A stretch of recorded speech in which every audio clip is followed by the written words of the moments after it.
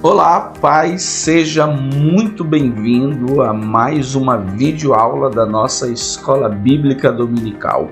Hoje nós estudaremos a lição 3, uma igreja fiel à pregação do Evangelho.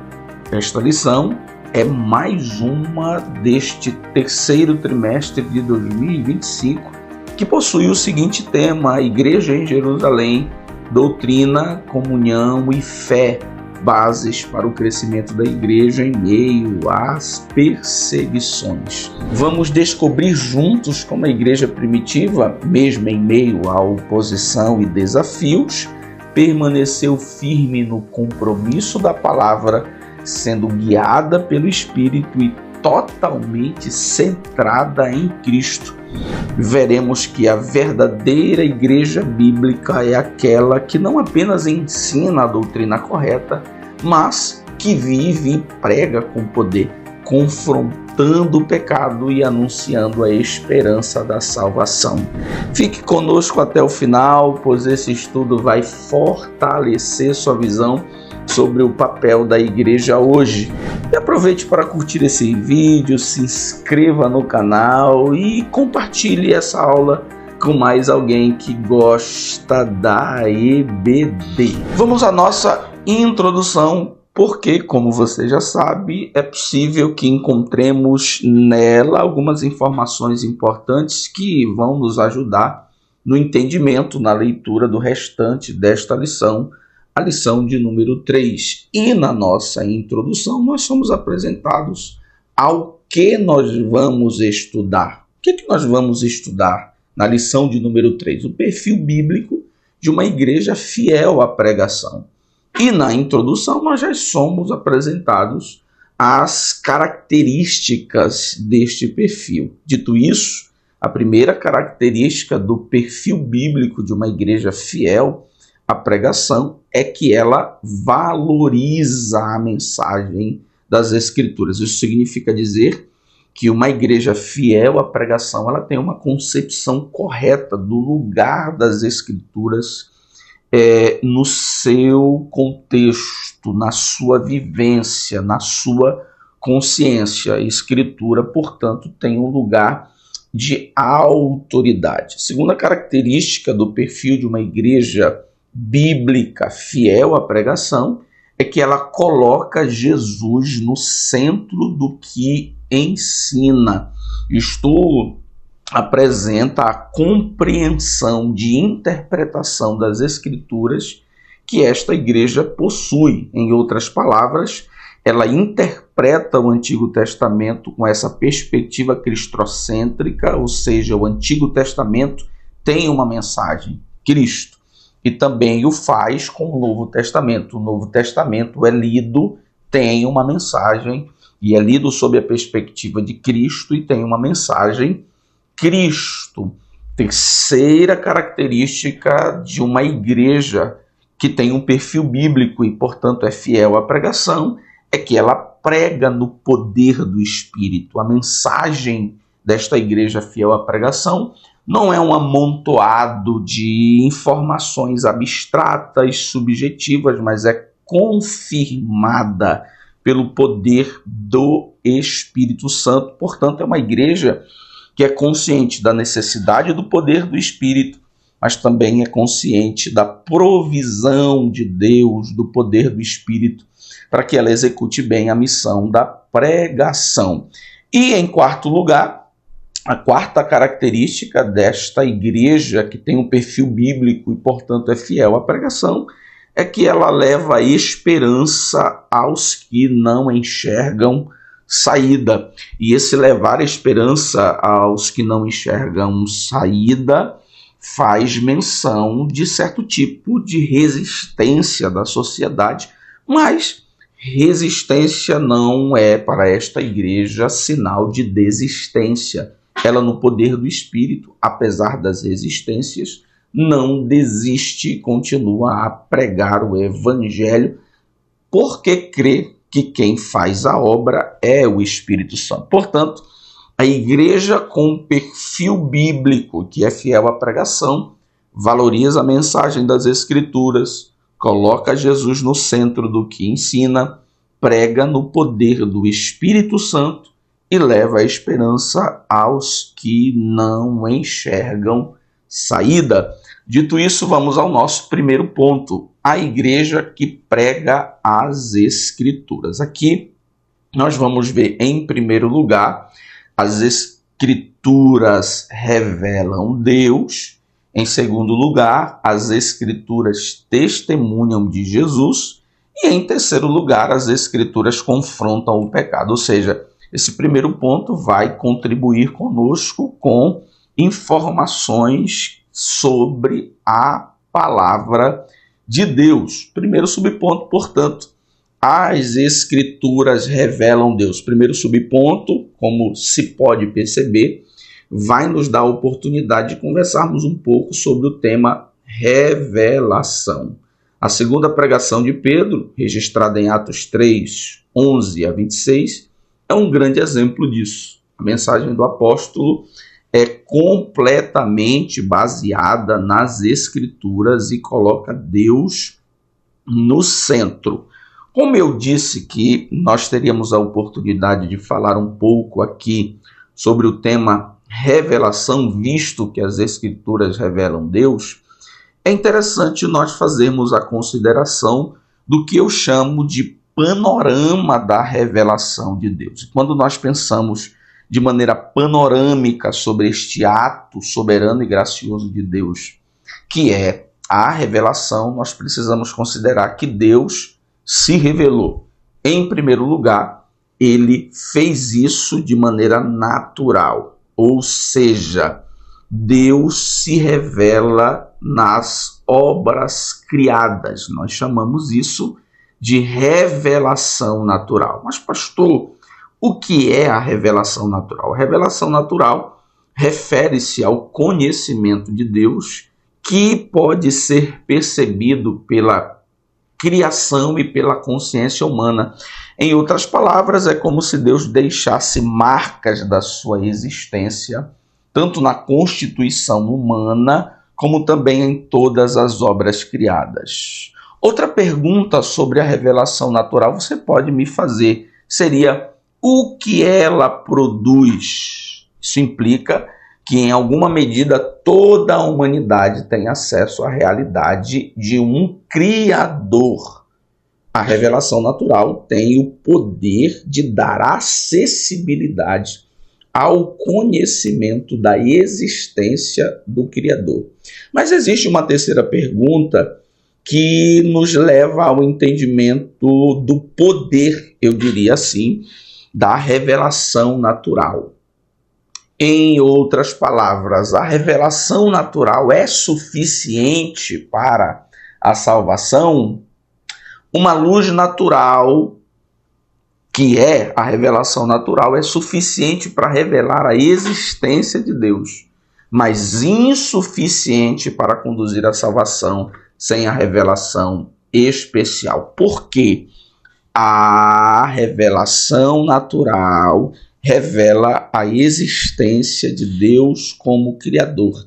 Não trata sobre o problema do pecado, não trata sobre a provisão divina para resolver o pecado. Portanto, ela não conduz o homem para a salvação, ela não revela Cristo e sua vitória sobre o pecado. Portanto, a revelação natural, ela precisa ser, entre aspas, ajudada, complementada. E é aqui que entra a importância do que nós chamamos da revelação especial, a Bíblia. A Bíblia, sim, é totalmente suficiente. O que é a revelação especial? A revelação especial é a autocomunicação específica, não é mais uma comunicação genérica, geral, é uma revelação específica de Deus ao ser humano, por meio da qual ele se dá a conhecer com clareza e autoridade. Como ela é? A revelação especial é sobrenatural, visto que Deus inspirou de maneira sobrenatural os escritores. proposicional, visto que ela ordena, propõe, estabelece limites, direções. Progressiva, nós temos um processo de início e progressão da revelação que tem a sua plenitude em Jesus, e ela é redentora. Ela apresenta Jesus para a salvação do ser humano, tendo a sua plenitude, o seu clímax em Jesus Cristo. Olha o que Walter Kaiser Jr. diz: a criação é a sala de recepção da revelação de Deus, mas é na Escritura que entramos na sala do trono e ouvimos a voz com clareza e autoridade. O teólogo pentecostal Stanley Orton diz o seguinte: enquanto a revelação natural mostra que Deus existe, é somente pela revelação especial que sabemos quem Ele é, o que Ele requer de nós e como podemos ser salvos. A igreja que prega as Escrituras é consciente disso. Ela reconhece que Deus, de maneira muito graciosa, deixou-se revelar como Criador nas obras criadas, contudo, revelou-se especificamente através das Escrituras, e esta revelação nós costumamos chamá-la de revelação especial. A igreja que prega, proclama a revelação especial, a palavra de Deus. Segundo subponto, as Escrituras testemunham de Jesus. As Escrituras apontam para Cristo como centro da revelação.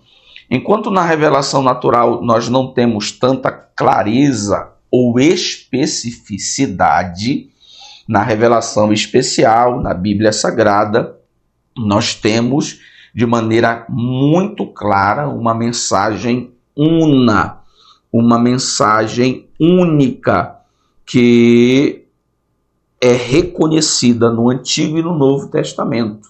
A Bíblia, a revelação especial, aponta para Cristo. Cristo é a chave da interpretação do Antigo e do Novo Testamento. Cristo é o centro da revelação das Escrituras. As Escrituras apontam para Cristo. Jesus disse que as Escrituras davam testemunho dele, João 5,39. Cristo é o centro da Bíblia. Mas como é que a gente compreende isso?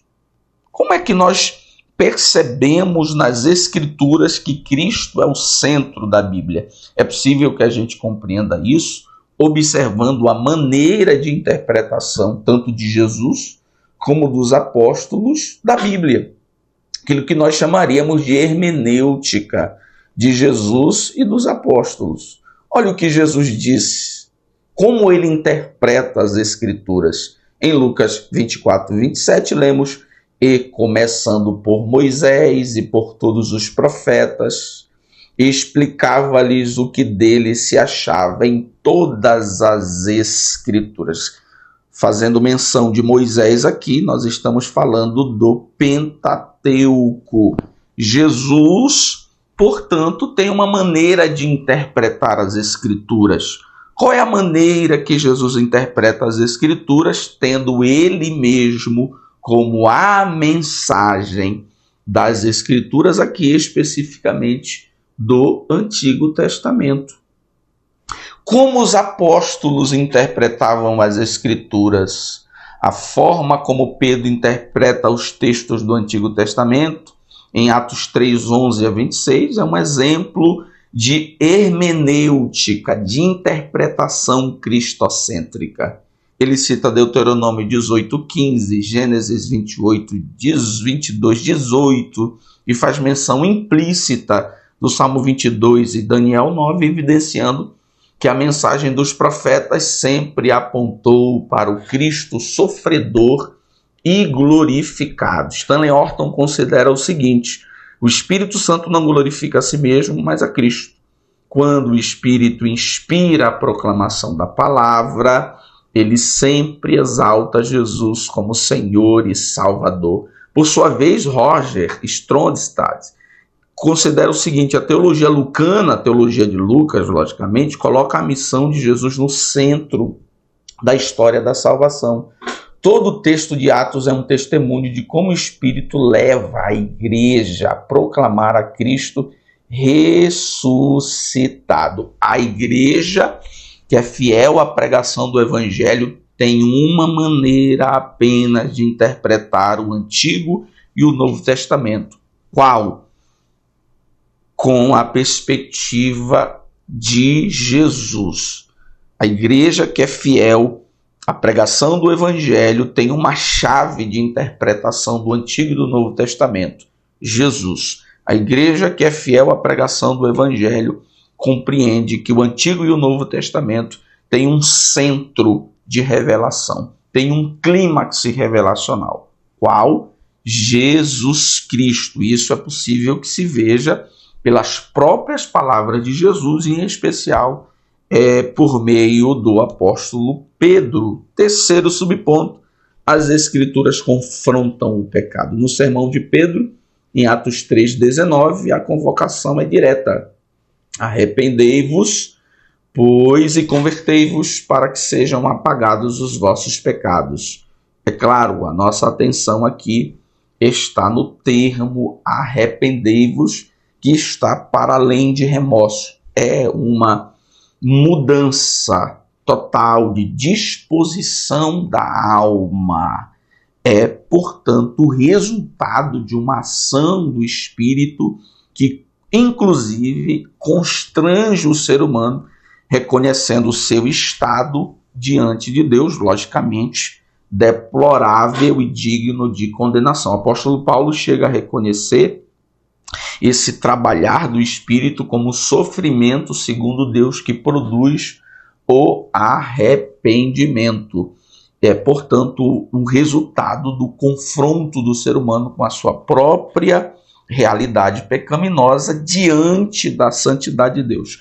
Quem opera essa obra maravilhosa é o Espírito Santo.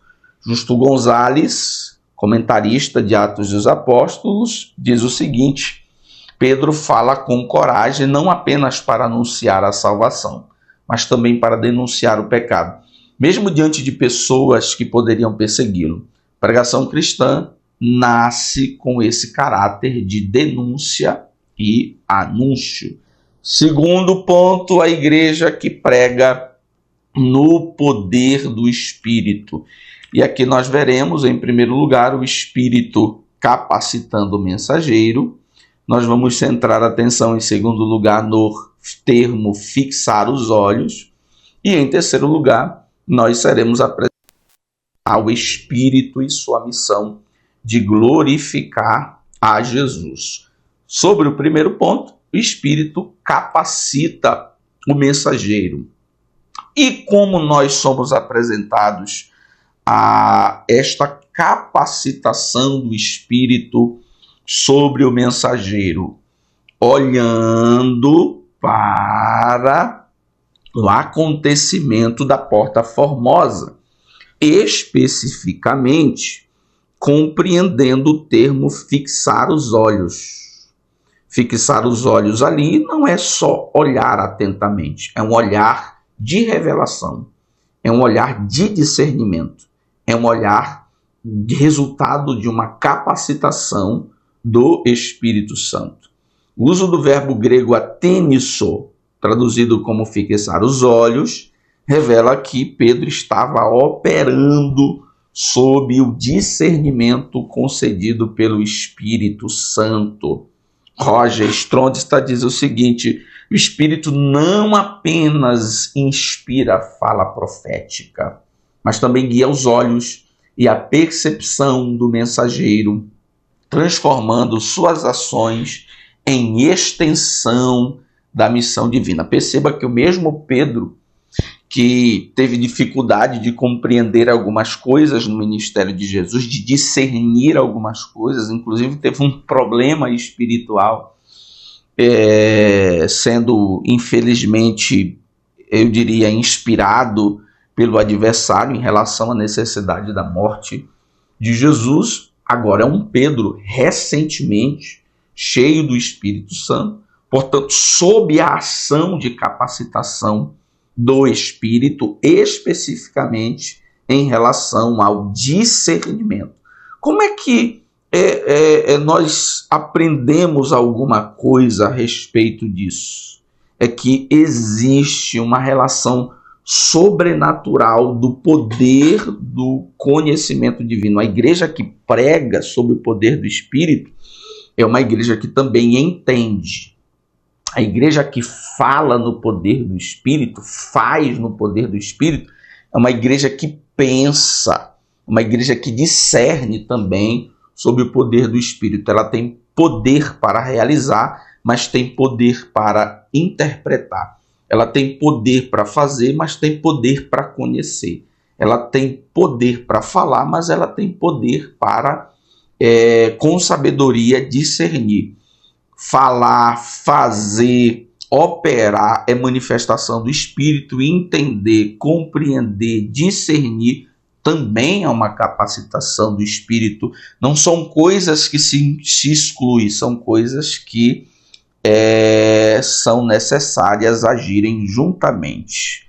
A vida cheia do Espírito Santo é marcada não apenas por manifestações externas, mas por um coração e uma mente capazes de perceber onde e como Deus está operando. A igreja poderosa não é uma igreja que realiza milagres e é desorientada. É uma igreja que realiza milagres, mas é orientada pelo mesmo poder do Espírito, agora agindo no conhecimento, no discernimento. Segundo subponto, fixar os olhos.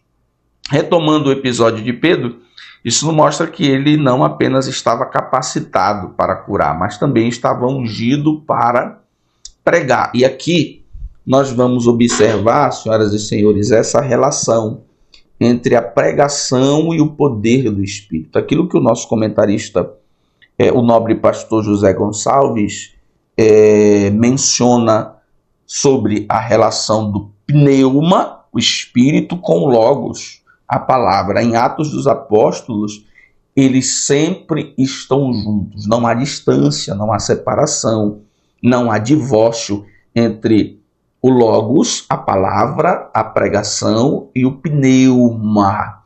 Isso significa dizer que a pregação da igreja em Atos dos Apóstolos não era um amontoado de palavras, um amontoado de conceitos, um amontoado de teorias, ou seja, uma coisa abstrata, subjetiva. Era algo poderosamente real. E o apóstolo Paulo é alguém que se reconhece como um ministro com esse perfil. Ele disse para a igreja em Corinto: olha, a minha palavra para vocês, a minha pregação, não foi palavras persuasivas de sabedoria humana, mas em demonstração do Espírito e poder. A igreja em Jerusalém não apenas anunciava Cristo, como considera o pastor Ítalo Dean, mas apresentava Cristo. E essa apresentação é concreta, é real, ela é realizada sob o poder do Espírito Santo. E como é que nós percebemos isso? No contexto da pregação de Pedro. Pedro prega em Atos 2, depois de uma manifestação do Espírito, derramamento no Pentecostes. Resultado, 3.000 almas. Pedro prega em Atos 3, depois de uma manifestação sobrenatural do Espírito, que é a cura do paralítico à Porta Formosa. Qual é a consequência disso? Quase 5.000 almas. Nesse sentido, cabe fazer menção do que o pastor José Gonçalves aponta. Primeira coisa, havia uma sintonia entre o Espírito e a palavra, entre o Logos e o pneuma. No contexto neotestamentário, portanto, Logos e pneuma, palavra e Espírito, são dois lados de uma mesma moeda. Um não existe sem o outro. Terceiro subponto, o Espírito glorificará a Jesus. Nós vamos aprender aqui que a igreja em Jerusalém não elegeu personalidades, não idolatrou pessoas, e muito menos os apóstolos, instrumentos de Deus, se reconheceram assim. Nós podemos concluir que o verdadeiro Pentecoste, as verdadeiras manifestações, elas não são personificadas. Elas não se restringem a pessoas. Elas não têm um fim de exaltação de pessoas. Mas, se são obras do Espírito Santo, elas vão pôr em proeminência, elas vão pôr em destaque, elas vão elevar uma pessoa só, Jesus Cristo. Como é que nós compreendemos isso? Pela função do Espírito Santo. Um dos ministérios do Espírito é glorificar a Cristo. Jesus disse isso em João 16,14. Ele me glorificará, porque há de receber do que é meu e vou-lo há de anunciar. Larry Harr, um teólogo, considera o seguinte: o verdadeiro mover do Espírito jamais eclipsa Cristo, ou seja, apaga, consome Cristo. Ele exalta a Cristo, crucificado, ressurreto e glorificado. Quando o Espírito age, a cruz fica mais visível, não menos. Então nós precisamos repensar em alguns movimentos que se auto-intitulam pentecostais, em algumas manifestações que se reconhecem espirituais, se não glorificam a Cristo. Elas não são espirituais, elas não são pentecostais, elas não são uma obra do Espírito Santo. E aqui nós reconhecemos que o propósito dos milagres, já que a função do Espírito é glorificar e quem realiza os milagres é o Espírito, é apresentar Cristo. Atos 3,16, palavras do apóstolo Pedro. E pela fé no seu nome, fez o seu nome fortalecer a este que vedes e conheceis. Sim, a fé que vem por ele deu a este, na presença de todos vós, esta perfeita saúde. Pedro, com a capacidade de discernimento, percebeu que as pessoas estavam querendo elegê-lo como divino. Ele e João. Ele responde com esse reconhecimento. Não é sobre nós, é sobre Cristo. Uma obra verdadeiramente pentecostal sempre resultará em maior glória a Cristo, não à pessoa usada ou ao fenômeno experimentado. Uma obra realmente pentecostal, senhoras e senhores, não tem um fim em si mesmo e não tem um fim na pessoa usada para realizá-la. Se é o Espírito que faz, o propósito é glorificar a Jesus. Vamos ao nosso terceiro e último ponto, a igreja que prega a esperança vindoura. Então, a igreja que prega, ela também está envolvida num ambiente, eu diria assim, numa consciência escatológica que não a faz esconder-se ou, escondida, esperar o escape como uma fugitiva que, enquanto espera, está escondida em silêncio. Não, senhores. A promessa da vinda de Jesus é de triunfo, de recompensa para uma igreja que trabalha, uma igreja que prega. E que prega, conforme o nosso primeiro subponto, alerta a uma sociedade diferente, em um contexto indiferente, em um contexto resistente, em um contexto que não é favorável, não é propício à pregação do Evangelho, mas ela não desiste de pregar, porque ela entende que quem faz a obra é o Espírito Santo. Como é que a gente compreende essa realidade da sociedade? Pela leitura que o apóstolo Pedro faz. O apóstolo Pedro resume em duas categorias a sociedade do seu tempo: perversa e ignorante. Ele chama a sociedade perversa na sua primeira pregação e ignorante na sua segunda pregação em Atos 3. Ignorância aqui não é falta de conhecimento, ignorância é indiferença, insensibilidade. A perversidade refere-se à corrupção moral e à rejeição deliberada do bem, A ignorância, por sua vez, descreve uma cegueira espiritual, uma apatia para com a verdade de Deus e que nós estamos vendo ainda mais intensamente nos nossos dias. Como é que a pregação figura nesse contexto? A pregação nesse contexto figura como uma missão inegociável e que não espera situação, público ou circunstância receptiva para pregar. Justo Gonzalez considera o seguinte: a igreja primitiva pregava com ousadia, não porque a cultura aceitava, mas porque o Espírito os impulsionava com a convicção de que somente Cristo é a esperança. O que nós aprendemos? Aprendemos o seguinte: mesmo quando não há receptividade, a mensagem do Evangelho deve ser proclamada com fidelidade, pois o Espírito Santo é quem convence e transforma.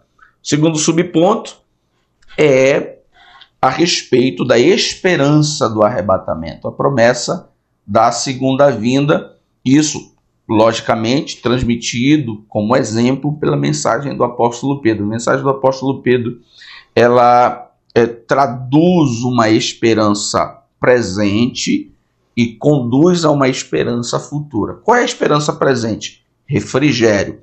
Qual é a esperança futura? A restauração de todas as coisas. Esse refrigério que Pedro disse que quem aceitar Jesus vai receber, representa o início das bênçãos messiânicas, como antecipado nas promessas feitas a Abraão, agora cumpridas em Jesus. E o apóstolo Pedro também menciona esse momento em que todas as coisas serão restauradas, apontando para Cristo como sendo aquele que inicia e consuma a nova criação. Não é mais sobre a salvação de uma pessoa, a restauração de uma pessoa, mas a salvação e a restauração de todas as coisas que foram afetadas pelo pecado. Senhoras e senhores, estas são as considerações da lição de número 3, uma igreja fiel à pregação do Evangelho. Deus abençoe você, sua igreja, sua classe, em nome de Jesus.